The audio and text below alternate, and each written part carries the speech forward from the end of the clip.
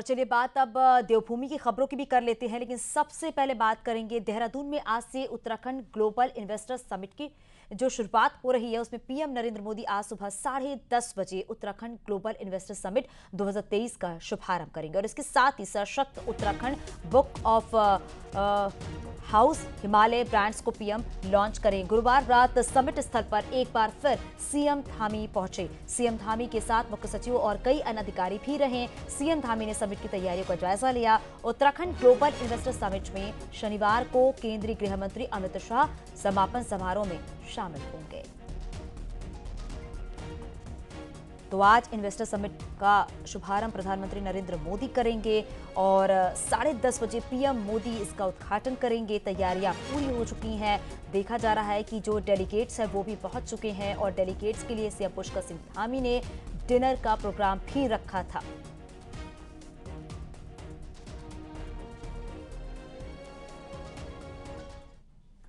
Global investor summit में शामिल होने पहुंचे इन्वेस्टर डेलीगेट्स को सीएम धामी ने गुरुवार रात डिनर पर आमंत्रित किया। सीएम धामी ने उद्योग जगत से जुड़े प्रतिनिधियों का स्वागत करते हुए कहा कि ग्लोबल इन्वेस्टर समिट की जो थीम है पीस टू प्रोस्पेरिटी को रखा गया है और सीएम ने कहा है कि उनका उद्देश्य जो है उत्तराखंड को निवेश की नई डेस्टिनेशन के रूप में स्थापित करने का है ताकि राज्य में उद्योग स्थापित हो, लोगों को रोजगार मिल सके।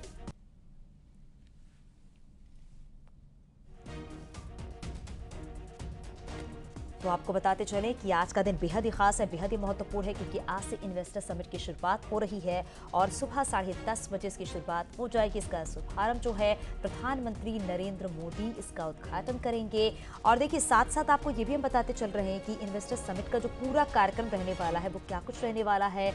और देखिए 11:09 पर बाबा रामदेव का संबोधन होगा। उसके बाद बताया जा रहा है 11:13 पर कल्याण चक्रवर्ती का संबोधन होगा। और क्योंकि ये इन्वेस्टर समिट जो है बेहद ही खास है और हमारे सहयोगी सुनील और प्रभात हमारे साथ जुड़ गए हैं। सुनील जरा बताइए, क्योंकि आज इन्वेस्टर समिट की शुरुआत होने वाली है, शुभारंभ होने वाला है और सुबह 10:30 बजे पीएम नरेंद्र मोदी इसका शुभारंभ करेंगे। आज क्या कुछ खास रहने वाला है? देखिए चांदनी, आज का दिन उत्तराखंड के लिए बेहद महत्वपूर्ण होने वाला है क्योंकि उत्तराखंड में आज जिस तरह से मुख्यमंत्री ने भी कहा कि उत्तराखंड एक न्यूएस्ट डेस्टिनेशन के रूप में स्थापित होने जा रहा है और इसकी आधारशिला आज रखी जाएगी। आप देख सकते हैं ये मुख्य हॉल है जिसको बेहद खूबसूरत ढंग से सजाया गया है। हॉल के हर हिस्से में आप देखेंगे कि बड़े बड़े एलईडी यहाँ पर लगाए गए हैं ताकि जो दूर बैठने वाले हैं, करीब 10,000 के आसपास इस हॉल की बैठने की कैपेसिटी है, इसीलिए यहाँ पर उसी अंदाज में पूरे इंतजामात यहाँ पर किए गए हैं। ये गोल्ड कैटेगरी है। पूरे हॉल को 3 सेक्शन में बांटा गया है और उसी के हिसाब से यहाँ पर बैठने की व्यवस्था की गई है। मुख्य मंच आप देख सकते हैं, बेहद भव्य तरीके से मुख्य मंच की यहाँ पर सजावट की गई है। 10:30 बजे प्रधानमंत्री नरेंद्र मोदी यहाँ पर पहुँचेंगे। मुख्यमंत्री उनके साथ होंगे और देश के जो बड़े औद्योगिक घराने हैं, उद्योगपति हैं, वो भी इस हॉल में होंगे। कल से यहाँ पर लगातार जो डेलीगेट्स थे उनके पहुँचने का सिलसिला शुरू हो गया था। आज 10:30 बजे ठीक इन्वेस्टर समिट का उद्घाटन होगा और उसके बाद यहाँ पर सशक्त उत्तराखंड बुक को भी प्रधानमंत्री लॉन्च करेंगे और इसके साथ साथ हाउस ऑफ हिमालयाज जो उत्तराखंड का एक ब्रांड नेम होगा उसकी भी आज प्रधानमंत्री यहाँ पर लॉन्चिंग करेंगे। तो जो इन्वेस्टर समिट यहाँ पर होने जा रहा है उसकी भव्य तरीके से यहाँ पर तैयारियाँ की गई हैं। ये हॉल का दृश्य था और अब एक बार मैं आपको इस कैंपस के बाहर का नज़ारा दिखाऊंगा कि कितनी खूबसूरत ढंग से इस पूरे कैंपस को यहाँ पर सजाया और संवारा गया है। आज प्रधानमंत्री के साथ साथ यहाँ पर 3 केंद्रीय मंत्री भी होंगे। 15 से अधिक देशों के जो राजदूत हैं वो भी आज ग्लोबल इन्वेस्टर समिट में होंगे और ठीक 10:30 बजे जो ग्लोबल इन्वेस्टर समिट है जिसकी लंबे समय से यहाँ पर तैयारियाँ की जा रही थी उसका आगाज हो जाएगा। बड़ी बात यह है कि इन्वेस्टर समिट के साथ साथ जो MOU आज साइन होंगे, अभी तक 3 लाख करोड़ से अधिक MOU साइन हो चुके हैं और आज भी उम्मीद है कि आज भी बहुत सारे MOU आज साइन होंगे। इसके साथ साथ आज 44,000 1000 करोड़ रुपए के जो प्रोजेक्ट्स हैं उनकी ग्राउंडिंग का भी आज प्रधानमंत्री यहाँ पर एक तरह से शुभारंभ करेंगे। तो एक उत्तराखंड के लिए आज का दिन बेहद महत्वपूर्ण होने वाला दिन है, एक माइलस्टोन आज का दिन बनेगा उत्तराखंड के आगे के डेवलपमेंट के लिए। मुख्यमंत्री पुष्कर सिंह धामी भी लगातार कहते रहे हैं कि ये जो ग्लोबल इन्वेस्टर समिट है ये उत्तराखंड के आगे की दिशा और दशा दोनों निर्धारित करेगा। उत्तराखंड में अगर उद्योग यहाँ पर आएंगे तो राज्य की इकोनॉमी बढ़ेगी, राज्य की इकोनॉमी बढ़ेगी तो यहाँ पर रोजगार के अवसर सृजित होंगे। और जिस तरह से प्रधानमंत्री ने कहा था कि ये जो उत्तराखंड का जो सदी का तीसरा दशक है वो उत्तराखंड का दशक होगा, ये उस दिशा में एक महत्वपूर्ण कदम आज का जो ग्लोबल इन्वेस्टर समिट है वो होने जा रहा है। यहाँ पर सुरक्षा व्यवस्था भी कड़ी की गई है। करीब 650 के आसपास 650 से अधिक पुलिस जवान यहाँ पर सुरक्षा में तैनात किए गए हैं। 4 कंपनी पीएससी यहाँ पर डिप्यूट की गई है। इसके साथ साथ आईएएस पीसीएस अफसरों के साथ साथ 350 के आसपास जो ऑफिसर्स हैं उनको भी यहाँ पर तैनात किया गया है। जी बिल्कुल। सुनील, जरा ये भी बताइएगा, क्योंकि प्रधानमंत्री नरेंद्र मोदी सुबह 10:30 बजे पहुंचेंगे और इसका शुभारंभ किया जाएगा। कितने देर का कार्यक्रम प्रधानमंत्री नरेंद्र मोदी का रहने वाला है यहाँ पर? देखिए, प्रधानमंत्री 2.5 घंटे का जो अभी तक कार्यक्रम निर्धारित किया गया है वो 2.5 घंटे करीब यहाँ पर बिताने वाले हैं। ठीक 10:30 बजे जब प्रधानमंत्री यहाँ पर पहुँचेंगे तो करीब 1 किलोमीटर का जो उनका पैदल जो उनका सड़क से उनका आना होगा उस पूरे रूट पर बीजेपी ने अपने जो वर्कर्स हैं उनको सड़क के दोनों ओर मानव श्रृंखला के रूप में उनको वो लोग वहाँ पर तैनात रहेंगे। प्रधानमंत्री का जो काफिला है उस पर पुष्प वर्षा होगी। तो इस तरह से भव्य और दिव्य स्वरूप इस पूरे कार्यक्रम को देने का एक यहाँ पर प्लान किया गया है। खासकर जब इन्वेस्टर समिट के इस कैंपस में प्रधानमंत्री आ रहे होंगे तो यहाँ पर सड़क के दोनों ओर वेद पार्टी यहाँ पर पारंपरिक जो वेद मंत्रोच्चारण है उसका उच्चारण करते हुए आपको यहाँ पर नजर आएंगे। तो ये पूरा जो एफआरआई का कैंपस है ग्लोबल इन्वेस्टर समिट के लिए इसको दुल्हन की तरह सजाया गया है। एक और जहां मुख्य हॉल है जहां पर पूरे सेशन होंगे ग्लोबल इन्वेस्टर समिट के, तो दूसरी ओर यहां पर एग्जीबिशन भी होंगी। विभिन्न जो डिपार्टमेंट है उन्होंने अपने अपने जो यहाँ पर उत्पाद हैं, जो प्रोडक्ट्स हैं, उनकी प्रदर्शनी भी यहाँ पर लगाई है। प्रधानमंत्री इस प्रदर्शनी को देखने भी जब यहाँ पर पहुँचेंगे तो उससे पहले प्रदर्शनी का भी अवलोकन यहाँ पर प्रधानमंत्री करेंगे।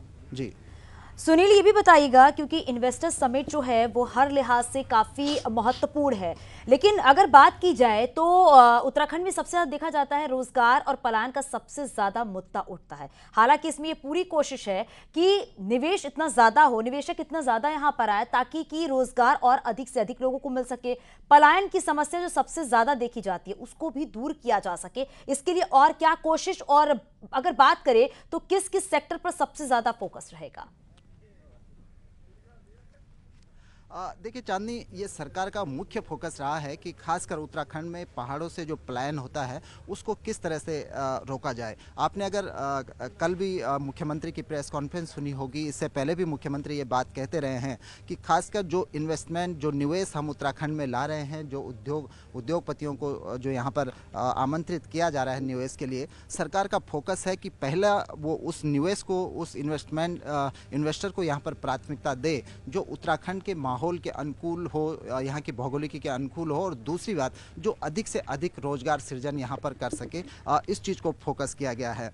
खासकर जो 44,000 करोड़ की जो ग्राउंडिंग की गई है चांदनी, ये इसके बड़े मायने हैं, क्योंकि 2018 में जब यहाँ पर ग्लोबल इन्वेस्टर समिट हुआ था तो 2018 से और अभी तक उस समिट से केवल 29,000 करोड़ के आसपास का जो दावा किया जाता है, 29,000 करोड़ के आसपास का निवेश ही यहाँ पर हो पाया। लेकिन पहली बार 44,000 करोड़ की ग्राउंडिंग होना ये अपने आप में बड़ी बात है, और खासकर उत्तराखंड के लिए कि आने वाले समय में यहाँ पर आपको उद्योग धंधे दिखने लगेंगे। शायद नारायण दत्त तिवारी सरकार के बाद ये दूसरा ऐसा मौका होगा, क्योंकि नारायण दत्त तिवारी के कार्यकाल में आपने देखा कि यहाँ पर सिडकुल खुले, उद्योग धंधे उत्तराखंड में खुले, उसके बाद एक तरह से कहीं ना कहीं शिथिलता सी रही। उसके बाद ये दूसरा मौका होगा जब उत्तराखंड एक बार फिर औद्योगिक क्षेत्र में ग्रोथ कर रहा होगा। तो यहाँ पर प्लान किया गया है कि खासकर ऐसी इंडस्ट्री को, ऐसे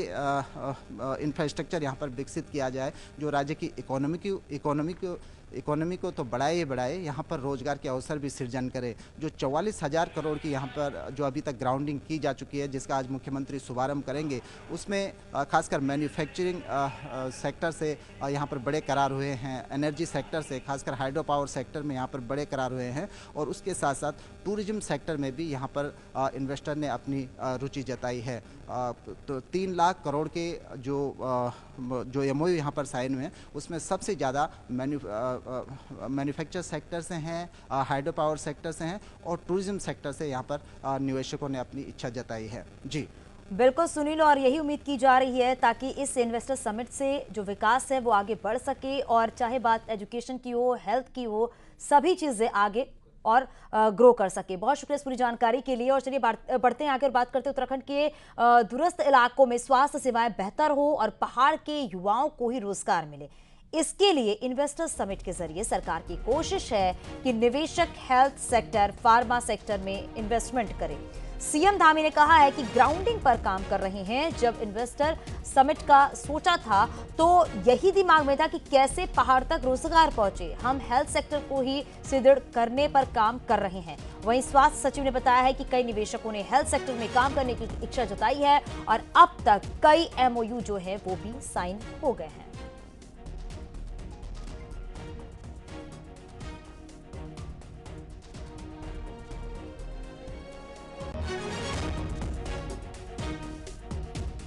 तो देखिए, स्थानीय युवाओं को भी रोजगार मिलेगा क्योंकि सबसे ज्यादा रोजगार पर फोकस है, हेल्थ सेक्टर पर फोकस है कि कैसे इसको और बेहतर बनाया जा सकता है।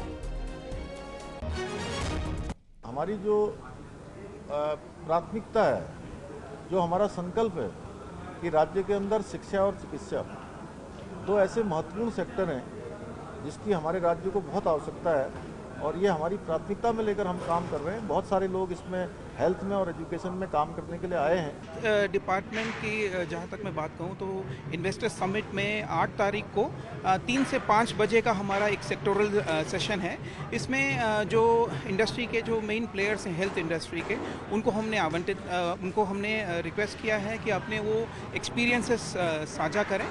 और इसके बाद जो हमारा जो यहाँ पे स्टॉल है, इसमें जो हमारे इन्वेस्टेबल प्रोजेक्ट्स हैं उनको हम प्रदर्शित कर रहे हैं मॉडल्स के तौर पे। इन्वेस्टर समिट में पीएम नरेंद्र मोदी के आने पर बीजेपी भी खास तैयारियों में लगी हुई है। उत्तराखंड बीजेपी ने आईएमए से लेकर एफआरआई तक महिला मोर्चा की 2000 कार्यकर्ताओं को स्वागत में पुष्प वर्षा करने के लिए लगाया है। और 3 राज्यों के चुनाव में मिली जीत के बाद पीएम का किसी राज्य का ये पहला दौरा है जिसे बीजेपी जश्न के तौर पर मनाने जा रही। बीजेपी ने 6 पार्ट में कार्यकर्ताओं की ड्यूटी लगाई है जो पीएम मोदी को रिसीव करने से लेकर उनके जाने तक अलग अलग हिस्सों में रहेंगे। मंत्री विधायकों से लेकर पदाधिकारियों की 250 लोगों की एक लिस्ट तैयार की गई है जो पीएम मोदी के स्वागत में रहेंगे।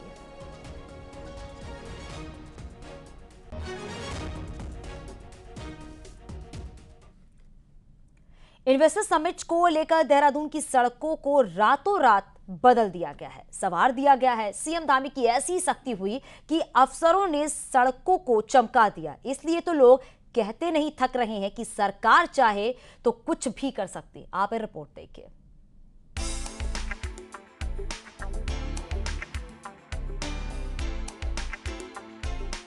जॉलीग्रांट एयरपोर्ट से लेकर एफआरआई तक जिस भी रोड से आप गुजरे, देहरादून शहर इन दिनों चकाचक नजर आ रहा है। शहर भर में दीवारों पर खूबसूरत पेंटिंग, एफर्ट कलाकृतियों से सजे बोर्ड और चौक चौराहों पर खूबसूरत फूल। इन्वेस्टर समिट के लिए दून की सड़कों को चमकाया गया। सड़कों के बुरे हाल पर सीएम धामी का सख्त रुख हुआ तो रातों रात अधिकारियों ने शहर पर काम किया। स्मार्ट सिटी का जो प्रोजेक्ट सालों से रेंग कर चल रहा था, उसने भी मुख्यमंत्री का इशारा पाकर रफ्तार पकड़ी और अब नतीजा सबके सामने। शहर के अंदर सड़कों का काम भी तेजी से चल रहा है। दीवारों पर लेखन और पेंटिंग्स, यहाँ की फसाड, ये हमारे लिए हर प्रकार से मौका है। जहाँ इन्वेस्टमेंट आना, यह भी हमारे लिए एक बड़ा मौका है उत्तराखंड राज्य के लिए। यहाँ रोजगार सृजन होना, वो भी मौका है। इसके साथ साथ शहर का सौंदर्यीकरण हो, शहर सुदृढ़ीकरण हो, सड़कें अच्छी बने, हमारे यहाँ के जो काम होने थे तेजी से स्मार्ट सिटी के, वो सब काम तेजी से हो रहे हैं। हालात ये कि लोगों को यकीन नहीं हो रहा कि उनका देहरादून इतना खूबसूरत भी हो सकता है। अब इन्वेस्टर्स समिट के ही बहाने सही, लेकिन दून की रंगत देखते ही बन रही है। बिल्कुल बहुत अच्छी हो गई है, बहुत ही ज्यादा अच्छी। और सड़कों के जो किनारे पे है वहाँ पे पेंटिंग हो रही है, बहुत सुंदर काम हो रहा है। कैसे देखते हैं आप इससे पहले स्मार्ट सिटी के काम इतने सालों से चल रहे थे लेकिन दिख अब रहे हैं? बहुत अच्छा काम हो रहा है और हम खुद हैरान है कि इस शहर इतना सुंदर हो सकता है, लेकिन अब तक क्यों नहीं हुआ। सरकार के हाथों में तो सारा कुछ है, लेकिन मतलब कंटिन्यूअस करें ना, लगातार करें। पहले से भी ये नहीं कि भाई अब ये क्या समिट हो रहा है, हाँ तो आज ही कल हो रहा है, लेकिन हमेशा करें तो बहुत बढ़िया हो सकता है। करीब 45 करोड़ की लागत से देहरादून शहर को चकाचक बनाया गया है और अब आम जनता की भी जिम्मेदारी है कि जो साफ है उसे साफ बनाए रखें और अपने देहरादून को खूबसूरत बनाए रखने में सहयोग करें। देहरादून से सुनील नवप्रभात और भारती सकलानी की रिपोर्ट।